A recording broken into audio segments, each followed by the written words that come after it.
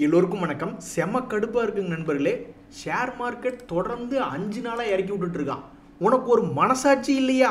இப்படியா இறக்கி விட்டுட்டு இருப்ப? ஒரே ஒரு நாள் இடையில் நீ ஏற்றி விட்டு இருக்க கூடாதா? இன்னைக்கு கடைசியில் வெள்ளிக்கிழமை, இன்னைக்காவது மார்க்கெட் மேல் நோக்கி ஏறும்னு பார்த்துக்கிட்டு இருந்தா இன்றைக்கும் மார்க்கெட் 100 பாயிண்ட் வீழ்ச்சி அடைஞ்சு இப்போ கடைசியில் பார்க்க போனால் ஒரு வாரத்தில் 843 பாயிண்ட் என்பது இது ஒரு கிராஷாக தான் நம்ம பார்க்கணும். செய்யுங்கடா, எவ்வளவு முடியுமோ அவ்வளவு செஞ்சு விட்டுட்டு போங்கடா அப்படின்ற மாதிரி அடுத்தது எப்போ சந்தோஷம் வரும் அப்படின்னு எதிர்பார்த்து காத்திருக்க வேண்டியதுதான். வெற்றிகரமாக ஃபாரினர்ஸ்னுடைய டேட்டா அப்படின்றத எடுத்து பார்க்கல மைனஸ்க்கு போயிட்டாங்க. இந்த மாசத்துல பையிங்ல இருந்தாங்க. அதுக்கு முன்னாடி பார்த்தீங்கன்னா 1,14,000 கோடி அக்டோபரில் விற்று விட்டாங்க, 45,000 கோடி நவம்பரில் விற்று விட்டாங்க.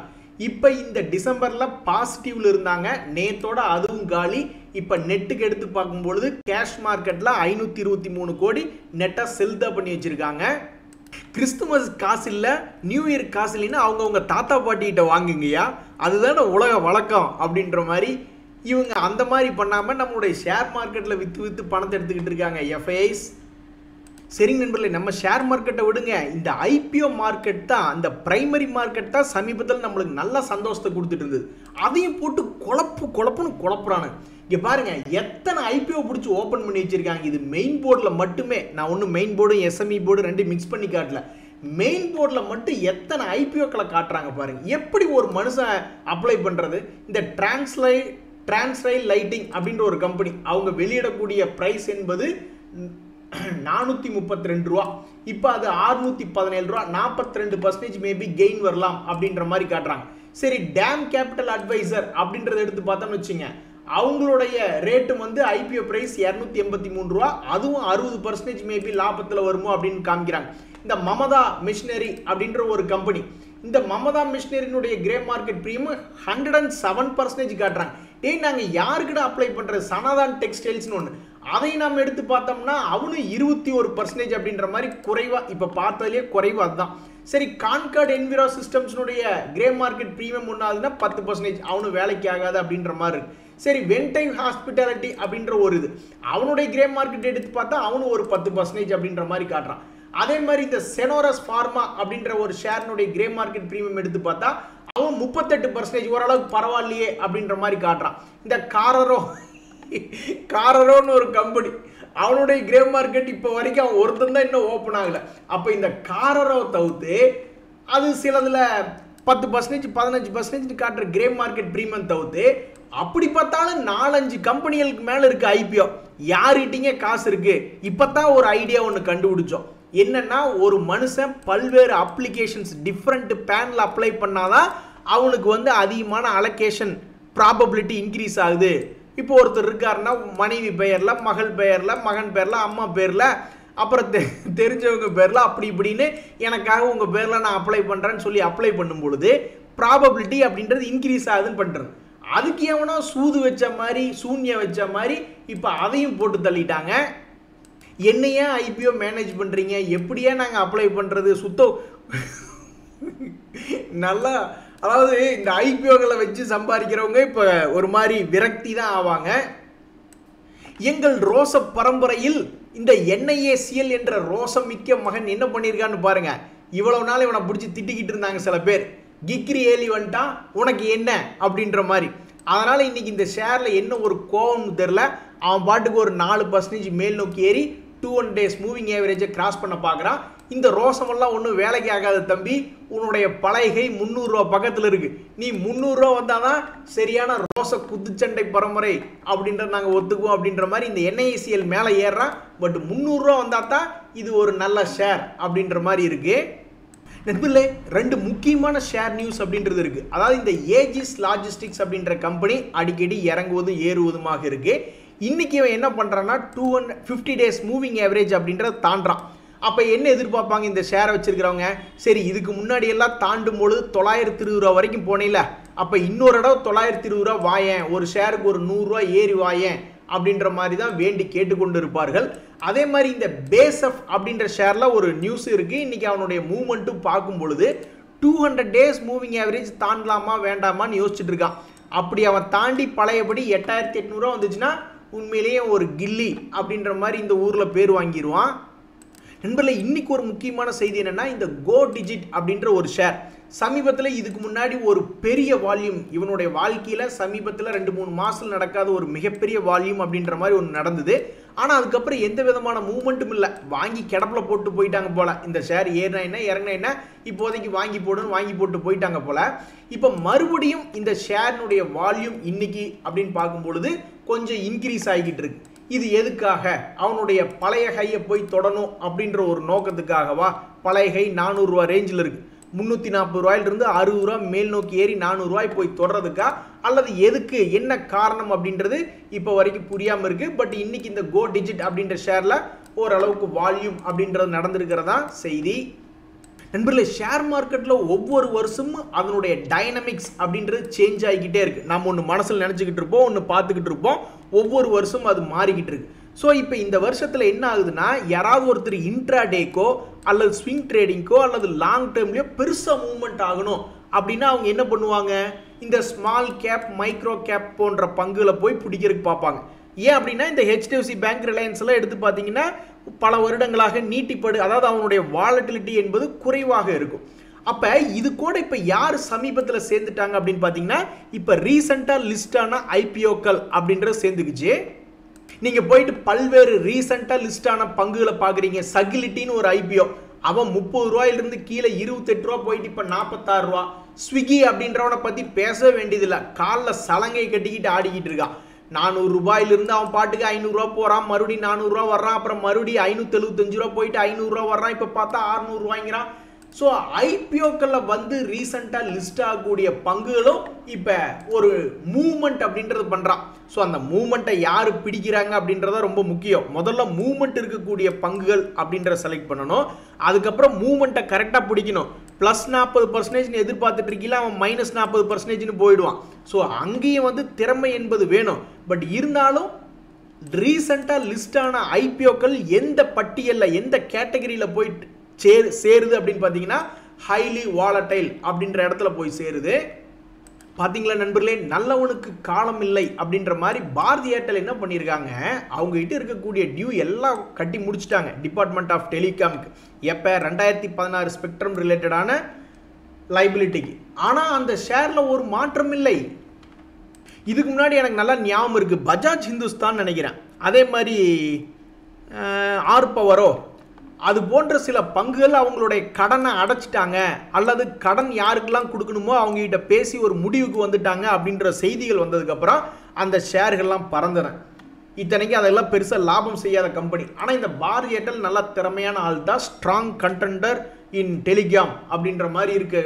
இந்த சூழ்நிலையில் அவன்லாம் டியூவை கட்டி முடிச்சுட்டான் அப்படின்ற நேரத்தில் ஒரு 5% பறந்துருந்தா இந்த நியூஸுக்கு ஒரு மரியாதை. பட் இந்த நியூஸ்க்கு எதுவும் பெருசாக மூவ்மெண்ட் இல்லை. சோறு கண்ட இடம் சொர்க்கம் அப்படின்ற மாதிரி நிறைய பேர் படுத்து கிடப்பாங்க. எனக்கும் கூட அப்படி தான். யாராவது ஃப்ரீயாக சோறு போடுற அப்படின்ட்டாங்கன்னா அப்புறம் என்ன நம்மளுக்கு வாழ்க்கையில் பிரச்சனை, காலம் பூரா ஜாலியாக இருந்துக்கிட வேண்டியதான். ஆனாலும் பாருங்கள், இந்த எம்டர்டெக் அப்படின்னு ஒரு ஷேர், அவன் சமீப காலமாக அப்படித்தான் பண்ணிக்கிட்டு இருக்கான். சோறு கண்ட இடம் சொர்க்கம் அப்படின்ற மாதிரி ஒரு 2024 முழுமைக்குமே, ஒரு மாதம் 2 மாதம்லாம் கிடையாது, இந்த 2024 முழுமைக்குமே இந்த 10 ரூபா பாட்டு கோஷிகளோட சேர்ந்த மாதிரி இவனை என்ன பண்ணிக்கிட்டு இருக்கான், முக்கியமான இடத்துல தாளாட்டு பாடிக்கிட்டே இருக்கான். அந்த வகையில் சமீபத்தினுடைய லோவில் இருந்து 2 நாட்களில் 1500 ரூபாய் ரேஞ்சிலிருந்து 1750 ரூபா அப்படின்ற ரேஞ்சுக்கு வந்துட்டான். இனி தொடர்ந்து மேல் நோக்கி போறானா இல்லையா அப்படின்றது பொறுத்து இருந்தா பார்க்கணும். ஸோ இந்த 2024 பெரிய அளவில் மாற்றம் என்பதே இல்லை அப்படின்ற மாதிரி படுத்து கிடக்கக்கூடிய ஒரு ஷேராக தான் இந்த எம்டர்டெக் இருக்கு. அடுத்த வருஷம் என்ன பண்றான் அப்படின்றது பொறுத்து இருந்து தான் பார்க்கணும். நண்பர்களே, 2 முக்கியமான செய்தி. ஒன்று, இந்த OFSS அப்படின்ற ஷேர் அருமையான டிவிடெண்ட் ஈல்டு கொடுத்து கொண்டு இருந்த கம்பெனி. மார்க்கெட் ஏறும் பொழுது யாருமே எதிர்பார்க்கல. இந்த OFSS இந்த 2 வருஷத்துல என்ன பண்ணியிருக்கான்னு மட்டும் பாருங்க. அருமையான டிவிடெண்ட் கொடுத்து கொண்டிருந்த கம்பெனி. இதுக்கு முன்னாடி இவன் 2023 ஸ்டார்டிங்ல வெறும் 2700 ரூபாய் இருந்தான். வெறும் 2700 ரூபாய். அங்கிருந்து இப்ப பாத்தீங்கன்னா 12000 ரூபாய் அப்படின்னு 6 மடங்கு ஏறி வந்திருக்கான். அப்ப யோசிச்சு பாருங்க, இப்படி 6 மடங்கு ஏறி வந்துமே இந்த ஷேரினுடைய டிவிடெண்ட் ஈல்டு எவ்வளவு இருக்குன்னு நீங்க நினைக்கிறீங்க? செய்தியை பாருங்க. டிவிடெண்ட் ஈல்டு தற்போதும் 2% அப்படின்றது கொடுத்து கொண்டு இருக்கிறார்கள். ஸோ இந்த கம்பெனி, இது போன்ற கம்பெனிகள் எப்படி கண்டுபிடிப்பது அப்படின்னா, பொதுவாகவே டிவிடெண்ட் கொடுக்கக்கூடிய கம்பெனிகள் எப்பாவது ஒரு இடம் கீழே இறங்கி கிடக்கும். இப்படியே கடந்துட்டு இருக்கீங்க அக்குமுலேஷன் பண்ணும் பொழுது என்னைக்காவது ஒரு நாள் நல்லா மேல் நோக்கி ஏறும் பொழுது அந்த வாங்கிட்டு இருந்த டிவிடெண்டும் நல்ல லாபம், ஏறி வந்ததுக்கப்புறம் ப்ரைஸும் லாபம், அதுக்கப்புறம் பல வருடங்கள் நீட்டி படுக்க தான் செய்வான். இந்த மசகான் டாக் அப்படின்ற ஷேரில் என்ன ஒரு செய்தினா, அவங்க அக்செப்ட் பண்ணியிருந்த ஆர்டரில் ஃபஸ்ட்டு ஸ்டார்ட் பண்ணிட்டாங்க அப்படின்ற மாதிரி, ப்ரொடக்ஷன் ஸ்டார்ட் பண்ணிட்டாங்க அப்படின்ற மாதிரி ஒரு நியூஸ் வருது. ஸோ இந்த நியூஸை வச்சுக்கிட்டு இந்த மசகான் டாக் ஏதாவது மேல் நோக்கி ஏறுவானா அப்படின்னு பார்த்தா குப்புன்னு கீழே விழுந்துட்டான். எங்கிருந்து கீழே விழுந்திருக்கு அப்படின்னு பார்த்தா, ஏங்க இந்த மசகான் டாக் 5600 ரூபாயிலிருந்து கீழே இறங்கி 3600 ரூபா ரேஞ்சுக்கு வந்திருக்கான். அதுக்கப்புறம் மார்க்கெட் ஏறினதுனால பிக்கப் ஆகி மேல் நோக்கி வர்றான் அப்படின்னா, அப்போ இதுக்கு முன்னாடி நம்மளுடைய லேர்னிங் என்ன? காற்றுள்ள போதே தூற்றிக்கோள். அதே மாதிரி ஒரு ரெசிஸ்டன்ட் ஜோன் வரும்பொழுது அடிவாரத்தில் வாங்கின பங்குகள் ப்ராஃபிட் புக் பண்ணணும் அப்படின்ற மாதிரியான ஒரு எண்ண ஓட்டங்கள் தான் நம்ம இது வரைக்கும் பார்த்துருக்கோம். அதுக்கு தகுந்த மாதிரி மார்க்கெட்டு இறங்காத ஒரு செக்டர்னு ஒன்றும் இல்லை. நேற்று கூட ஒரு செக்டர் எடுத்து பார்க்கல, ஆட்டோமொபைல் திடீர்னு இறங்கி கிடக்கு. 2-3 வருஷமாக ஏறின செக்டர் இறங்கி கிடக்கு. ஸோ லாபம்னு ஒன்று ஷேர் மார்க்கெட்டில் இருந்ததுன்னா, ஷார்ட் டேர்ம்னு ஒருத்தர் இருந்தாங்கன்னா தயவுசெய்து கொஞ்சம் ப்ராஃபிட்டை புக் பண்ணிக்கிறதா நல்லது அப்படின்றது தற்போதைய வரலாறு. நண்பர்களே, அட்டுல் லிமிடெட்னு ஒரு ஷேர் 2022 இவன் ஒரு நல்ல ஹை இருந்தான். அப்போ இருந்து இப்போ எவ்வளவு இறங்கியிருக்கு தெரியுங்களா? 50% இறங்கியிருக்கு. யோசிச்சு பாருங்க, இது போன்ற பங்குகளில் போய் மாட்டிக்கிட்டா 50% வரைக்கும் இறங்கிட்டு மறுபடியும் 5000 ரூபா ரேஞ்சிலேருந்து 7500 ரூபா மறுபடியும் 50% ஏறிட்டான். ஸோ -50% இறங்கின பங்கு என்னைக்காவது ஒரு நாள் திரும்பி ஓரளவுக்கு லாபம் செய்யக்கூடிய கம்பெனியாக இருந்தால் திரும்பி 50% ஏறக்கு வாய்ப்பு அப்படின்றது ஷேர் மார்க்கெட்டில் இருக்குது. ஸோ நம்ம போடுற பணம் கண்டிப்பாக லாக் பண்ணி விடுவானுங்க. 1 வருஷம் 2 வருஷம் 3 வருஷன்ற பீரியடில் லாக் பண்ணி விடுவாங்க. ஆனால் அது ஒரு லாபம் செய்யக்கூடிய கம்பெனியாக இருந்தால், இந்த அட்டுல் லிமிடெட் அப்படின்ற ஷேர் ஏன் திரும்பி 50% மேல் நோக்கி ஏறி வந்திருக்கான்? ஒரு லாபம் செய்யக்கூடிய கம்பெனியாக இருந்தால் 50% 1000 ரூபாயிலிருந்து 500 ரூபா வந்துடுறானு. அதுக்கப்புறம் 500 ரூபாயிலிருந்து 750 ரூபா அப்படின்னு மேல் நோக்கி வந்தாலே நஷ்டங்கள் அப்படின்றது விளக்கப்படுகின்றன. நஷ்டத்தை விளக்குறது ஓகே, லாபம் எப்படி வரும்? அப்போ கீழே இறங்கினா டபுளாக வாங்கணுமா? மேலே 1000 ரூபாய்க்கு வாங்கிட்டோம், அப்போ கீழே வாங்கும் பொழுது 500 ரூபா ஒரு ஷேர் போயிடுச்சுன்னா அப்போ அதே அமௌண்ட் மேலே எவ்வளோ போட்டோமோ அதே அளவு. அப்போ இங்கே 2 ஷேராக வாங்கணும் போல. அப்போ ஒரு ஷேர் வந்து நஷ்டத்தை ஈடுகட்டிடுது, இன்னும் ஒரு ஷேருக்கு மட்டும் 50% லாபம் அப்படின்ற மாதிரி ஆகுது. இந்த பேஸ் ஆஃப் ஷேர் அப்ளைவே பார்த்துருந்தோம், முக்கியமான கட்டத்தில் இருக்கான், என்ன பண்ண போறா தெரியலாம் அப்படின்ட்டு. ஆனால் இந்த சமயத்தில் வந்து அதில் இன்னொரு முக்கியமான நியூஸ் என்னன்னா, அவங்களுடைய அக்ரி சொல்யூஷன்ஸ் பிஸ்னஸை டீமர்ஜ் பண்ண போறாங்க அப்படின்ற ஒரு இன்ஃபர்மேஷன் வந்திருக்கு. ஸோ அதை வச்சுக்கிட்டு இன்னைக்கு ஒரு 5% ஏறி இருக்கான். ஏறினவன் அப்படியே தன்னுடைய 6 மாதத்துக்கு முன்னாடி இருந்த ஹை 8500 ரூபாயை போய் தொட்டானாக்கா ரொம்ப மகிழ்ச்சியாக தான் இருக்கும். இந்த சமயத்தில் இன்னொரு நியூஸ் இருக்கு. என்ன நியூஸ் அப்படின்னு பார்த்தீங்கன்னா, இந்த நேஷனல் அலுமினியம் அப்படின்ற ஷேர் இது வந்து ஒரு ஸ்மால் கேப் ஷேர். ஸோ இந்த ஸ்மால் கேப் ஷேர் கொஞ்சம் கூட போராடாமல் இறங்க போகிறதா? இப்போதான் இவனுடைய சமீபத்தினுடைய ஹை அப்படின்றது வந்திருக்கு. அதுக்கப்புறம் அலுமினா பிரைசஸ் எல்லாம் மேபி இறங்குமோ அப்படின்ற ஒரு காரணத்தினால டபக்குன்னு இவன் பெருசாக கீழே இறங்கிட்டான். அப்போ இவன் தொடர்ந்து நீ வேகமாக கீழே இறங்க போறானா?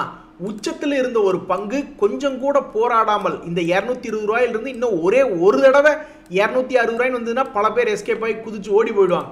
ஆனால் அப்படி மேல் நோக்கி போகாமல் கொஞ்சம் கூட போராடாமல் அப்படியே கீழே இறங்க போகுதா அப்படின்றதான் யோசிக்க வேண்டிய ஒரு கொஸ்டினாக இருக்கு. எக்ஸைட் அப்படின்னு ஒரு ஷேர் நண்பர்களே, இந்த ஷேர் அதே மாதிரி போராட்டமாக இருக்கு. என்னையா பண்ண போற, ஏதாவது ஒரு முடிவுக்கு வாயா அப்படின்ற மாதிரி இந்த 200 days மூவிங் ஆவரேஜ் சுற்றியே கடந்த 3 மாசமாக சுற்றிக்கிட்டு இருக்கு. எல்லாத்துக்குமே தெரியும், இந்த இடத்துல இருந்து 6 மாதம் கழிச்சு பார்க்கல ஒன்றா 600 போய் கோந்துருப்பான், இல்லைன்னா கீழே ஒரு 200 ரூபாயோ 300 ரூபாயோ போவான் அப்படின்றது எல்லாத்துக்கும் தெரிஞ்ச விஷயம் தான். ஏன்னா இதுக்கு முன்னாடி கூட அப்படி நடந்திருக்கு. எப்போ நடந்திருக்கு அப்படின்னு பார்த்தீங்கன்னா, மார்ச் மாதத்தில், இந்த வருஷத்துலேயே மார்ச் மாதத்தில் ஒரு 200 days மூவிங் ஆவரேஜ் பக்கத்தில் வந்தான். அதுக்கப்புறம் அதிர்ஷ்டவசமாக மேலே போயிட்டான். அதே மாதிரி போன வருஷத்தில் ஒரு தடவை நவம்பர் மாதத்தில் இப்படி தான் ஒரு 240 ரூபா பக்கத்தில் வந்தான். அப்புறம் 360 ரூபா வரைக்கும் போயிருக்கான். அப்போ இந்த முறையும் அதே மாதிரி ஏதாவது ஒரு சைடு போவான். 6 மாதம் கழிச்சு பார்த்தா தெரியும். ஆனால் அது மேலே போச்சுன்னா தானே மகிழ்ச்சி வரும். இந்த நேஷனல் அலுமினியம் மாதிரியே எக்ஸைடு மாதிரியே ஏதாவது ஒரு இடத்துல நில்லுங்கய்யா அப்படின்ற மாதிரி ஃபீல் பண்ணக்கூடிய இடம் ஷேர் அப்படின்னு பார்த்தீங்கன்னா, அதில் கேஎஸ்பின்னு ஒரு ஷேர், சோழமண்டலம் ஃபினான்ஷியல் ஹோல்டிங்ஸ்னு ஒரு ஷேர். இந்த 2 ஷேர்களையும் எந்த பக்கம் போகிறதுன்னு தெரியாமல் அவன் பாட்டுக்கு ஆடிக்கிட்டு இருக்கான். ஸோ முதலீட்டாளர்களுடைய ஃபீலிங் என்னென்னா, இது போன்ற ஷேர்கள் ஏதாவது ஒரு முடிவெடுத்து டக்குன்னு போங்கயா, மேலே போனால் ஒரு 50% போங்க, இல்லைன்னா கீழே போனால் ஒரு 50% போங்க, ஏவரேஜாவது பண்ணலாமே அப்படின்ற மாதிரி ஃபீல் பண்ணிக்கிட்டு இருக்காங்க. வேற எதுவும் முக்கிய செய்தி இல்லைங்க நண்பர்களே. ஆனால் என்னை பொறுத்த வரைக்கும் நான் கவனித்து பார்த்த வகையில் போன வாரம் வியாழன் வெள்ளியில இந்த அதானி குரூப் மேல் நோக்கி ஏறிச்சு. நான் அப்பவே நினைச்சேன், அதானி குரூப் மறுபடியும் மேல் நோக்கி வர்றான், அவனுக்கு இது முடிச்சு விடுறாங்களோன்னு நினச்சிக்கிட்டு இருந்தேன். ஆனால் அதானி குரூப்பையும் முடிச்சு விட்டாங்க. மறுபடியும் செல்லிங் வந்துச்சு இந்த வாரத்தில். அதே சமயம் மார்க்கெட்டையும் சேர்த்து இழுத்து விட்டாங்க. இனிமேல் நம்ம என்ன உஷாரா இருக்கணும்னா, அதானி குரூப் ஷேர்ஸ் ஏறுதா அப்போ மார்க்கெட் கும்பாயிடும், இல்லைன்னா அதானி குரூப் கும்பாயிடுமோ அப்படின்ற மாதிரி ஒரு லாஜிக்கை மனசில் எதுக்கும் ஒரு ஓரத்தில் வச்சுக்கணும். இன்னைக்கு கூட பாருங்க, அதானி பவர், அதானி கிரீன் ரெண்டும் நிஃப்டி நெக்ஸ்ட் 50 இண்டெக்ஸில் கொஞ்சம் மேல் நோக்கி வந்திருக்கா. மார்க்கெட் இறங்கி இருக்கிற சமயத்தில் இது ஒரு நல்ல விஷயமே எனக்கு கண்ணுக்கு படல. எப்படி பார்த்தாலும் இன்னைக்கு பெயின்ஃபுல்லாக ரொம்பவுமே மனசு வலிக்கிற மாதிரி இறங்கக்கூடிய ஷேர்கள்னு பார்த்தா இந்த ஆர்பிஎல் பேங்க் போன்ற சில பாப்புலர் இல்லாத கம்பெனிகள் தான். அப்போ என்னை பொறுத்த வரைக்கும் அப்போ இன்னைக்கு பெருசாக போர்ட்ஃபோலியோ இறங்கியிருக்கு, அது ஒரு 1% 1.5% தான் இறங்கியிருக்கு அப்படின்ற மாதிரி தான் இன்னைக்கு நிலவரம் காட்டுது அப்படின்றதா என்னுடைய புரிதல். உங்களுக்கு இல்லை அப்படியெல்லாம் இல்லைங்க, இன்னைக்கு என் போர்ட்ஃபோலியோ 3%, 5% கும்பான்னா உங்களுக்கு அடி பலமாக இருக்குது அப்படின்ற மாதிரி தான் அர்த்தம். இன்றைய தகவல் அனைத்து உங்களுக்கு உதவி வந்தேன்னு எனக்கு மகிழ்ச்சி தான். ரொம்ப நன்றி, வணக்கம்.